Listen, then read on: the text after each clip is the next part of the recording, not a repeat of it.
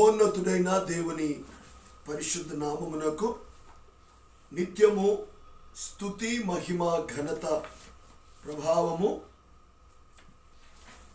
యుగ యుగములు కలుగునుగాక. ఆమేన్. ప్రభునందు ప్రియమైన దేవుని పిల్లలారా, దేవుడు మిమ్మల్ని అందరినీ ఆశీర్వదించునుగాక. ఈ ఉదయకాలంలో అనగా 2024 సంవత్సరం సెప్టెంబర్ నెల 9వ తేదీ ఉదయకాలంలో దేవుని యొక్క సన్నిధిలో కూడుకొని ఉన్న మనము దేవుని యొక్క మాటలను మనము ధ్యానించుకోవటానికి మన యొక్క పరిశుద్ధ గ్రంథములు తీసుకొని లూకా సువార్త 18వ అధ్యాయము 9వ వచనం నుండి 14వ వచనం వరకు చదువుకుందాం. తామే నీతిమంతులమని తమ్ము నమ్ముకొని ఇతరులను తృణీకరించు కొందరితో ఆయన ఈ ఉపమానము చెప్పాను. ప్రార్థన చేయుటకై 2 మనుషులు దేవాలయమునకు వెళ్ళిరి. వారిలో ఒకడు పరిసయుడు, ఒకడు సుంకరి. పరిసయుడు నిలవబడి, దేవా, నేను చోరులను, అన్యాయస్తులను, వ్యభిచారులనై ఇతర మనుషుల వలె నైనను ఈ సుంకరి వలె నైనను ఉండనందుకు నీకు కృతజ్ఞతాస్తుతులు చెల్లించుచున్నాను. వారమునకు 2 మార్లు ఉపవాసము చేయించు నా సంపాదన అంతటిలో 10వ వంతు చెల్లించుచున్నాను తనలో తాను ప్రార్థించుచుండెను. అయితే సుంకరి దూరముగా నిలుచుండి ఆకాశము వైపు కన్నులెత్తుటికైనను ధైర్యము చాలక రొమ్ము కొట్టుకొనుచు, దేవా, పాపినైన నన్ను కరుణించుమని పలికెను. అతని కంటే ఇతడు నీతిమంతుడిగా తీర్చబడి తన ఇంటికి వెళ్ళనని మీతో చెప్పుచున్నాను. ఆమేన్. తను తాను హెచ్చించుకొనివాడు తగ్గించబడుననియో, తను తాను తగ్గించుకొనివాడు హెచ్చింపబడుననియో చెప్పాను. ఆమేన్. ఈ లేఖనమును ఆధారం చేసుకొని మనం ఈరోజు నిర్గమాకాండము ధ్యానములో 1వ అధ్యాయం, నిర్గమాకాండం 1వ అధ్యాయం ధ్యానములనే అంశంలో నుండి మనము కొన్ని విషయాలు చదువుకుందాం. ఈ అంశంను దేవుని ప్రవక్త అక్టోబర్ నెల 5వ తేదీ 1955 సంవత్సరంలో బోధించి ఉన్నారు. మనం ఇప్పుడు అందులో నుంచి కొన్ని విషయాలు చదువుకుందాం. ఏ కర్రను ఉపయోగించి ఓడను నిర్మించాలో దేవుడు నోవాహుకు ప్రత్యేకముగా చెప్పాడు. అది చితిసారకపు మ్రాను. నేను ఒకరోజు అది ఎలాంటి కలప అయి ఉంటుందని ఆలోచించాను. చితిసారకపు మ్రాను అనగా అర్థము ఏమిటా అని నిఘంటువులలో చూచాను. అప్పుడు అది ఏమిటో నేను తెలుసుకున్నాను. అది మెత్తని కలప. అది చాలా మెతక కలప. మంచిది. నేను ఈ విధంగా ఆలోచించాను. ఓడ సంఘము. ఆమేన్. మరియు నేను చెప్పాను, ఓ దేవా, నేను చూచాను, అది విశ్వాసుల చేత కట్టబడుతుంది. చల్లగా భేదములు కలిగి కఠినమైన వారి ద్వారా కాదు గాని దేవుని హస్తములలో మెతకగా మృదువుగా ఉండు వారి ద్వారా కట్టబడుతుంది. దాని ద్వారా ఓడ నిర్మించబడినది. నేను దేవునికి స్తోత్రం అని చెప్పాను. అది మంచిది. మృదువైన హృదయము కలిగి నీ తప్పును ఒప్పుకొనుటకు ఇష్టపడాలి. ప్రభువా, నన్ను కరుణించుము, నేను పాపినని చెప్పుము. అప్పుడు దాన్ని తీసుకొని ఆ తప్పిదమును తొలగించి ఓడలో దాన్ని పెట్టును. అప్పుడు సాతానుడు అక్కడికి వచ్చి, నీవు ఇంకా ఎక్కువగా తెలుసుకో అని చెప్పును. ఆ మెత్తని కలపలో ఖాళీలు ఉంటాయి. ఆ చితిసారకపు మ్రాను అంత మృదువుగా ఉంటుంది. దాన్ని నీటిలో వేసినట్లయితే అది నీటితో నిండిపోతుంది. నీవు చితిసారకపు మ్రానుతో ఓడను నిర్మించినట్లయితే దానిని నీటిలో పెట్టినప్పుడు ఆ మ్రాను మృదువుగా ఉంటుంది. దానిలో ఉన్న రంధ్రములోనికి నీళ్లను పీల్చుకొని ఆ ఓడ మునిగిపోతుంది. కానీ తర్వాత నేను గమనించాను, దేవుడు నోవాహుతో ఆ ఓడకు కీలు పూయమని చెప్పాడు. గ్లోరీ. దాని లోపటును వెలుపటును రెండు వైపులా కీలు పూయము. తర్వాత కీలు దేని ద్వారా తయారు చేయబడుతుందో చూశాను. అది దేవదారు వృక్షము నుండి తయారు చేయబడుతుంది. అది గట్టి చెట్టు, ఎల్లప్పుడూ పచ్చగా ఉంటుంది. అది ఎప్పుడూ జీవించి ఉంటుంది. వారు ఆ చెట్టును నరికి దానిలోని జిగురు బయటకు వచ్చినంత వరకు దానిని ఇనుప వస్తువులతో కొడతారు. తర్వాత ఆ జిగురును వారు ఒక కుండలో పెట్టి బాగా ఎర్రగా మారినంతగా కాలుస్తారు. తర్వాత ఆ వేడి కీలును చితిసారకపు చెక్కలో పోస్తారు. అది దాన్ని పూర్తిగా పీల్చుకొను. అప్పుడు అది ఆ కీలును పూర్తిగా పీల్చుకున్న తర్వాత, పూర్తిగా నింపబడిన తర్వాత దానిని నిర్మిస్తారు. అప్పుడు అది ఉక్కు కంటే గట్టిగా ఉంటుంది. మరియు నేను తలంచాను, ప్రభువా అది కావాలి. తెరువబడిన హృదయము కలిగిన వ్యక్తి ఆ కీలు పోయబడినప్పుడు, ఆ కీలు పరిశుద్ధాత్మ, విశ్వాసి పరిశుద్ధాత్మ మరియు అగ్నితో నింపబడినప్పుడు, వారు దానితో పూర్తిగా నింపబడిన తర్వాత ఇక వారు పూర్తిగా మారిపోతారు. అప్పుడు ఆమె అలలు ఎదుర్కొనగలదు. ఆ దొంగలను వాటిని దాటుకుంటూ ఆటంకములను తొలగించుకొని ముందుకు సాగిపోవు. హల్లెలూయా. ఈరోజు ఆ తీర్పును తట్టుకొని నిలబడగలిగినది తిరిగి జన్మించి పరిశుద్ధాత్మ ద్వారా నింపబడిన విశ్వాసి మాత్రమే. దేవుడు తన ఆత్మను వారి మీద కుమ్మరించినప్పుడు వారు పూర్తిగా దానితో నింపబడిన వారు. ఆమేన్. అది నాకు ఇష్టము. అప్పుడు అతడు కుడి ఎడమలు చూడకుండా సాతాను రాజ్యములోనికి దూసుకొని వెళ్ళగలడు. ఆమేన్. అదే విశ్వాసి. అతడు మృదువైన హృదయం గలవాడు. దేవుడు అతనిని దైవిక ప్రేమతో నింపాడు. దేవుని ద్వారా పంపబడిన దైవ తీర్పులను అతడు తట్టుకోగలడు. ఆమేన్. దేవుడు ఈ మాటలు మన వినికిళ్ళు దీవించునుగాక. చిన్న ప్రార్థనతో కొన్ని నిమిషాలు మనము దేవుని సహాయము ద్వారా ఈ మాటలను ధ్యానించుకుందాం. కృపగల తండ్రి, ప్రేమ కలిగిన ప్రభువ, పరిశుద్ధుడా, మరొకసారి మా కుటుంబాలతో నీ పాద సన్నిధికి వచ్చి హృదయపూర్వకముగా మిమ్మల్ని స్తుతించి, దేవా చదవబడిన మాటలను మా కొరకు దీవించమని, మాతో మాట్లాడమని యేసు క్రీస్తును ఉన్నతమైన మీ నామములో ప్రార్థిస్తూ ఉన్నాము. ఆమేన్. ప్రభువునందు ప్రియమైన దేవుని పిల్లలారా, దేవుడు మీ అందరినీ అత్యధికముగా దీవించునుగాక. God bless you. ఈ సమయంలో అందరము కూడా ఒకసారి దేవుని స్తుతిద్దామా? హల్లెలూయా. ఎందుకంటే ఈ ఉదయము దేవుడు మనల్ని ప్రేమించి ఒక గొప్ప సమయాన్ని మనకి ఇచ్చి ఉన్నారు. కారణం ఏంటంటే ఈరోజు మన దేవుడు మనల్ని ప్రేమిస్తూ ఉన్నాడు. ఆమేన్. ఎంత ప్రేమ అంటే ఆయన ప్రేమ ఈరోజు కూడా మనల్ని బ్రతికించింది. ఈ దినము చూడని వారు ఎంతోమంది ఉన్నారు. వాతావరణం మనం చూస్తున్నప్పుడు ముఖ్యముగా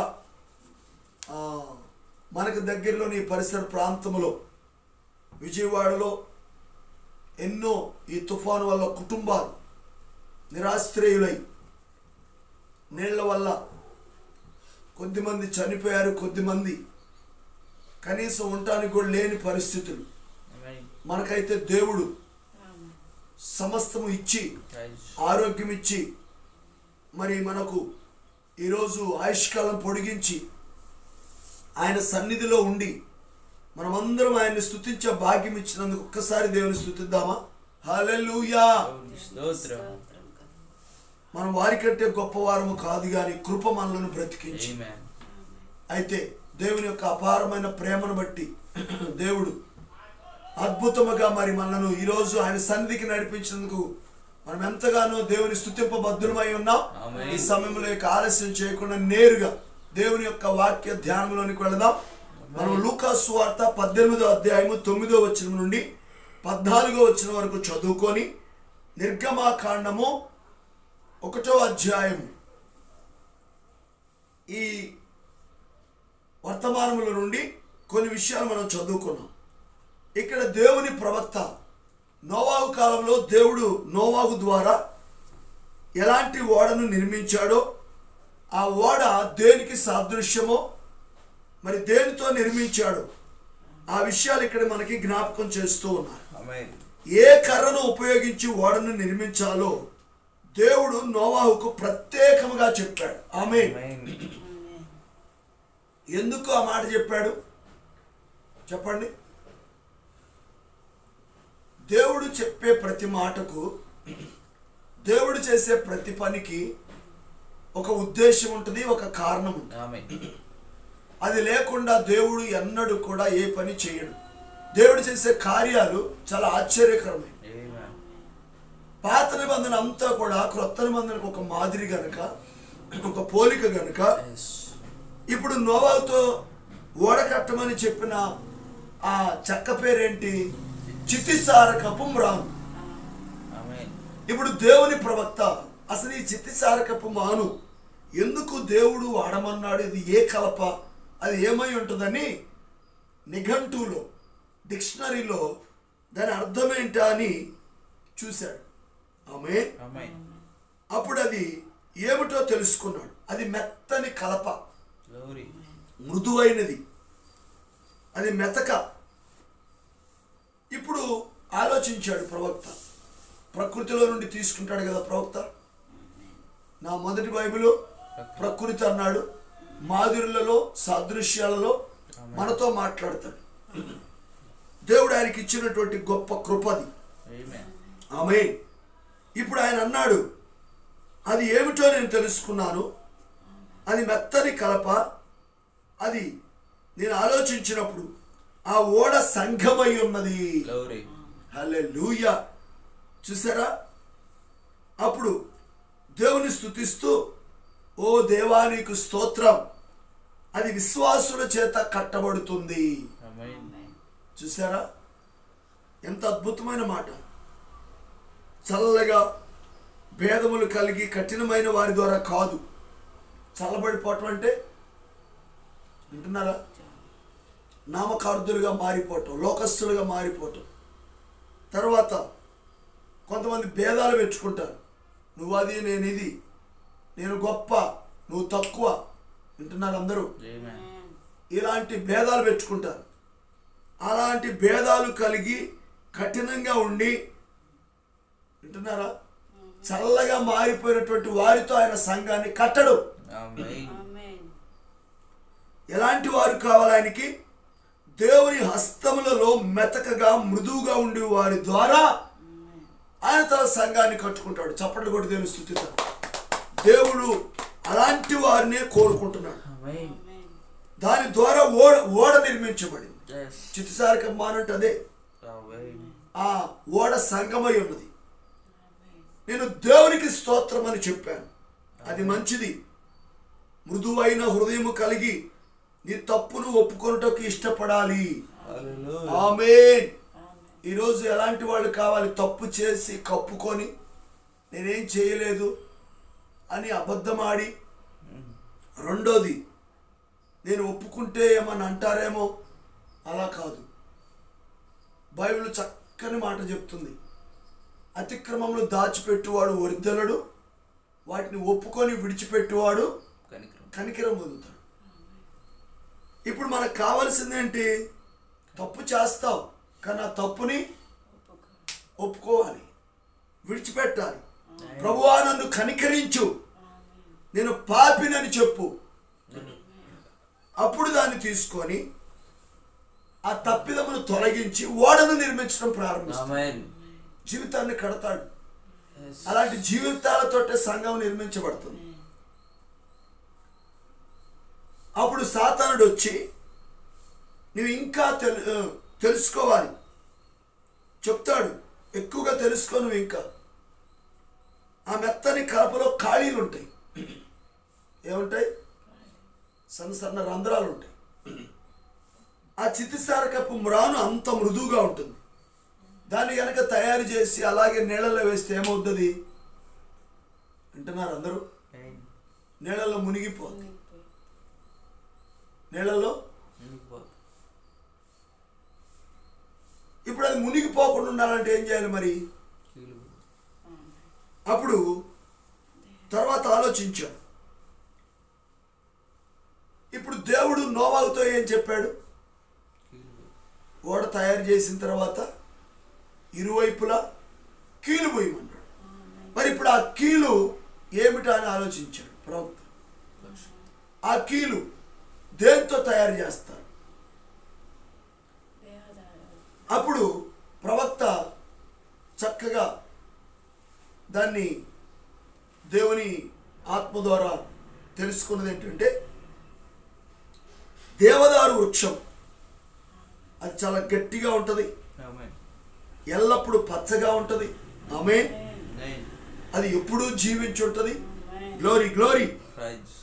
ఆమేన్.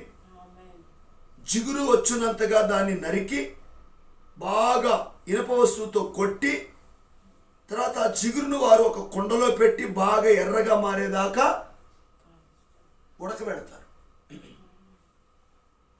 వింటున్నారా? తర్వాత అది బాగా జిగురు వచ్చిన తర్వాత ఆ కీలును చితిసారకపు చెక్కలో పోస్తారు. అది పూర్తిగా ఆ యొక్క రంధ్రాల్లో పీల్చుకుంటుంది. ఇక అది పీల్చుకున్న తర్వాత పూర్తిగా నింపబడిన తర్వాత ఇరువైపులా అప్పుడు దాంతో నిర్మిస్తారు. ఆమేన్ ఆమేన్. అప్పుడు అది ఉక్కు కంటే గట్టిగా ఉంటుంది. ఎంత గట్టిగా ఉంటుందో చూడండి. అప్పుడు నేను తలంచాను అంటున్నాడు ప్రవక్త. ప్రభువా అది కావాలి. హల్లెలూయా. తెరువబడిన హృదయం కలిగిన మంచి వ్యక్తి ఆ కీలు పోయబడినప్పుడు ఆ కీలు పరిశుద్ధాత్మ ఉండగా, ఆమేన్. కీలు అంటే ఏంటి చెప్పండి? పరిశుద్ధాత్మ. విశ్వాసి పరిశుద్ధాత్మ మరియు అగ్నితో నింపబడినప్పుడు వారు ఒక దానితో నింపబడిన తరువాత ఇక వారు పూర్తిగా మారిపోతారు. అప్పుడు ఆమె లేక ఆ పురుషుడు అలలు తట్టుకోగలదు, ఎదుర్కోగలదు. అలలంటే ఎదురయ్యే శోధనలు, ఎదురయ్యే శ్రమలు, ఎదురయ్యే సాతాను యొక్క ఇబ్బందులు అన్నిటినీ ఎదుర్కోగలదు. ఎందుకని? పరిశుద్ధాత్మని కీలుతో నింపబడింది. ఆ దొంగలు అంటే నీకు ఎదురవుతాయి, వాటిని దాటుకుంటూ ఆటంకాలు తొలగించుకొని ముందుకు సాగిపోతారు. హల్లెలూయా. ఈరోజు ఆ తీర్పును తట్టుకొని నిలబడగలిగినది తిరిగి జన్మించిన పరిశుద్ధాత్మ ద్వారా నింపబడిన విశ్వాసి మాత్రమే. ఎందుకు చాలా మంది పడిపోతా ఉన్నారు? ఎందుకు చాలా మంది బాప్తిస్మాలు తీసుకొని కూడా వెనక్కి జారిపోతున్నారు? గట్టి విశ్వాసులుగా ఉండలేకపోతున్నారు. శ్రమలు రాగానే, సాతానుడు శోధించగానే బలహీనలు అయిపోయి శోధనలో పడిపోతున్నారు. ఎందుకు గట్టి విశ్వాసులుగా ఉండలేకపోతున్నారు? తిరిగి జన్మించి పరిశుద్ధాత్మ అనే కీలును వాళ్ళు పొందుకోలేదు. తిరిగి జన్మించి పరిశుద్ధాత్మ అనే కీలును వారు పొందుకున్నప్పుడు గట్టి విశ్వాసులుగా తయారవుతారు. ఉక్కు కంటే గట్టిగా అవుతారు. వారి మీదకి సాతానుడు ఎన్ని ప్రలోభాలు పెట్టినా, ఎన్ని ఆశలు చూపించినా, ఈ లోక సంబంధమైన కోరికలు పెట్టినా వాళ్ళు తట్టుకొని జయించుకొని ముందుకు సాగిపోతారు. తట్టుకుంటారు వాళ్ళు.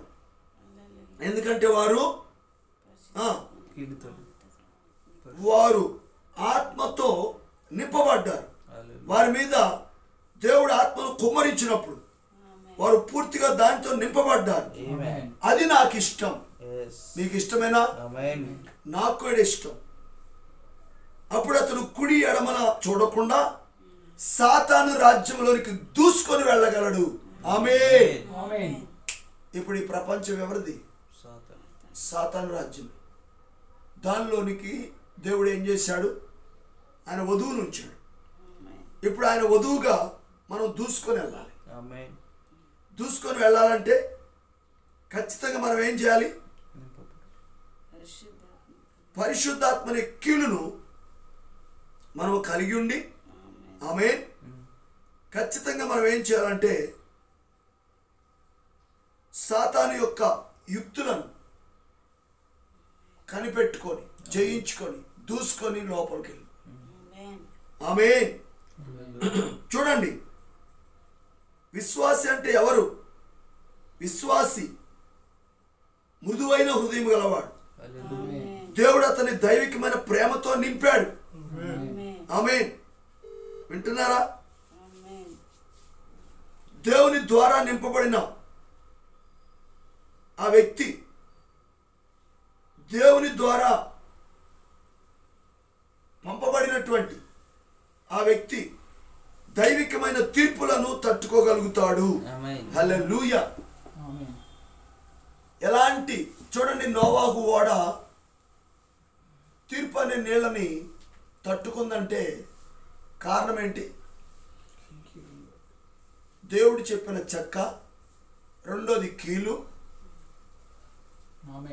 నోవాహు ఉపయోగించాడు.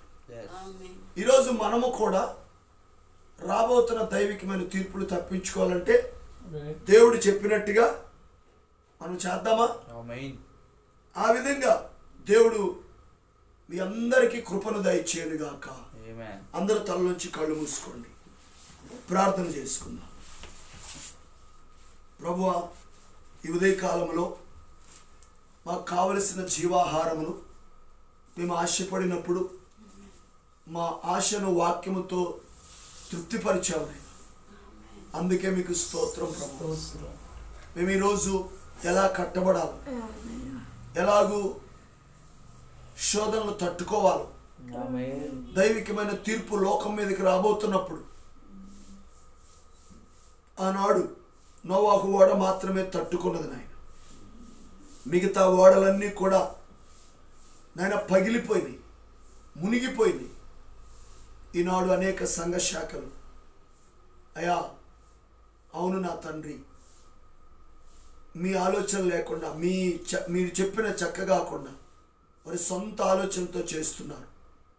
ఈరోజు మేమైతే ఈ కాలపు ప్రవక్త, ఈ కాలపు నోవాహు విలియం మ్యారియన్ బ్రన్హామ్ గారు మాకు ఏదైతే వాక్యం నుంచి చూపించాడు దాన్ని మాత్రమే చేయటానికి మేము ఇష్టపడుతున్నాం ప్రభు అని ఎవరికి వారే ప్రత్యేకముగా మీ చేతులెత్తి సంపూర్ణంగా దేవునికి సమర్పించుకొని చితిసారకం మానువలే మెత్తగా మృదువైన హృదయం కలిగి మీ వ్యక్తిగత జీవితంలో ఉన్న తప్పిదములను ఒప్పుకోండి దేవుని ముందు.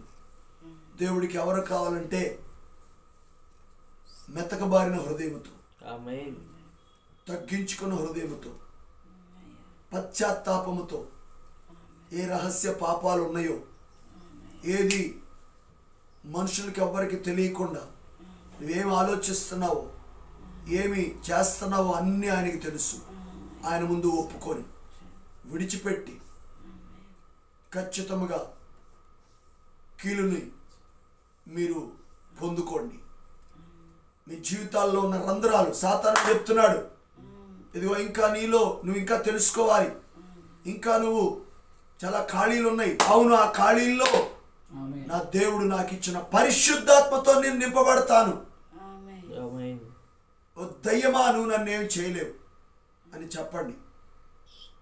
ఆ రీతిగా మనమందరము కూడా చిన్న ప్రార్థన చేసుకొని చూడగా మరి ఒక మంచి ఆరాధన గీతమును పాడి ఆయన పరిశుద్ధ నామమును సన్నుతించుదామా?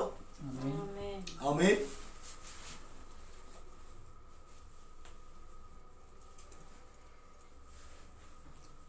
హల్లెలూయా. అందరూ స్తుతిస్తూ ఉండండి, మౌనంగా ఉండొద్దు ఎవరు. స్తోత్ర స్తోత్ర. యేసయ్యా, నీవెంత గొప్ప దేవుడు నాయన. నీ పిల్లలను నాయన దినదినము కూడా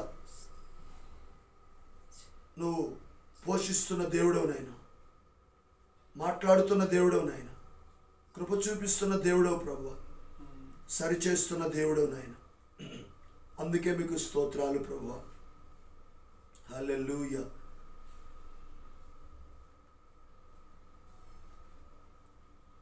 నిత్యత్వములో నిన్ను ఏర్పరచాడమ్మా, సృష్టిని సృష్టించక మునుపే నిన్ను ప్రేమించాడమ్మా. నిత్యత్వములో నిన్ను ఏర్పరచాడమ్మా, సృష్టిని సృష్టించక మునుపే నిన్ను ప్రేమించాడమ్మా. పడిపోని వధువే నీవమ్మా, ఎవరు నిన్నాపలేరమ్మా. యుద్ధ భూమిలో ఉన్నావమ్మా, నీ విజయం నిశ్చయమేనమ్మా. సింహాసనమే నీదమ్మా, సర్వ సృష్టి పరిపాలించమ్మా. సింహాసనమే నీదమ్మా,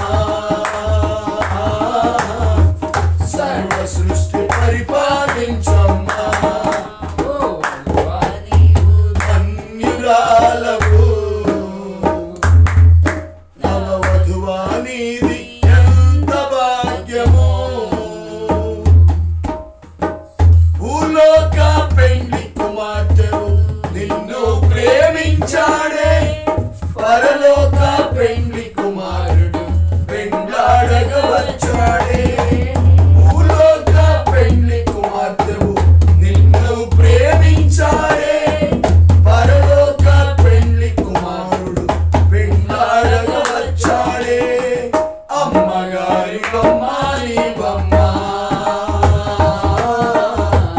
యేసుక్రీస్తు శ్రీమతి నీవమ్మా. అమ్మగారివమ్మ నీవమ్మా, యేసుక్రీస్తు శ్రీమతి నీవమ్మా.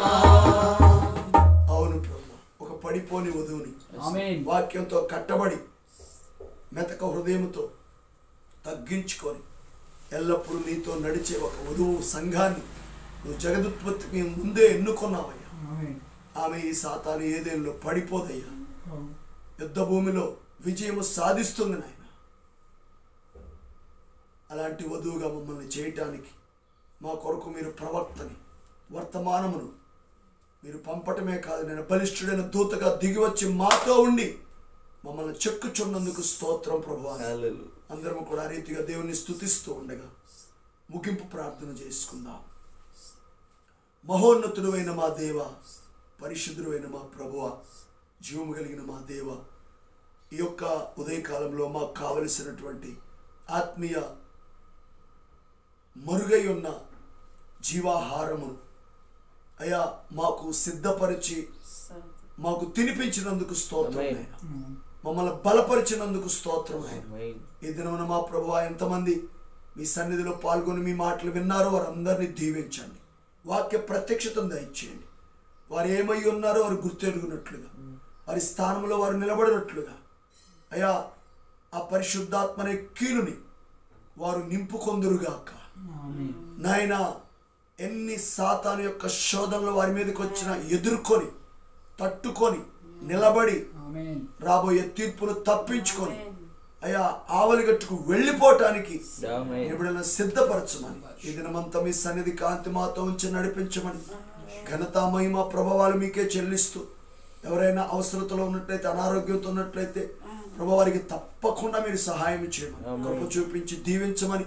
ఇంకా ఎంతో మంది ప్రభువ ఆ సంఘ శాఖలోనైనా ఆ గట్టి చెక్కల చేత కట్టబడుతున్నారు, కానీ నిజంగా మీ ఎన్నికలో ఉన్నవాళ్ళు చితిసారకపు నాయన మానువలే వాళ్ళు నిజంగా మెతకగా లోబడి వాక్యానికి నాయన విధేయులై నేను వాళ్ళ జీవితాలని కట్టుకోవటానికి పరిశుద్ధాత్మతో నింపబడటానికి మీరే కృప చూపించమని మా ప్రభువును రక్షకుడునైనా యేసు క్రీస్తు అను శ్రేష్టమైన మీ నామంలో ప్రార్థిస్తూ ఉన్నాము. ఆమేన్.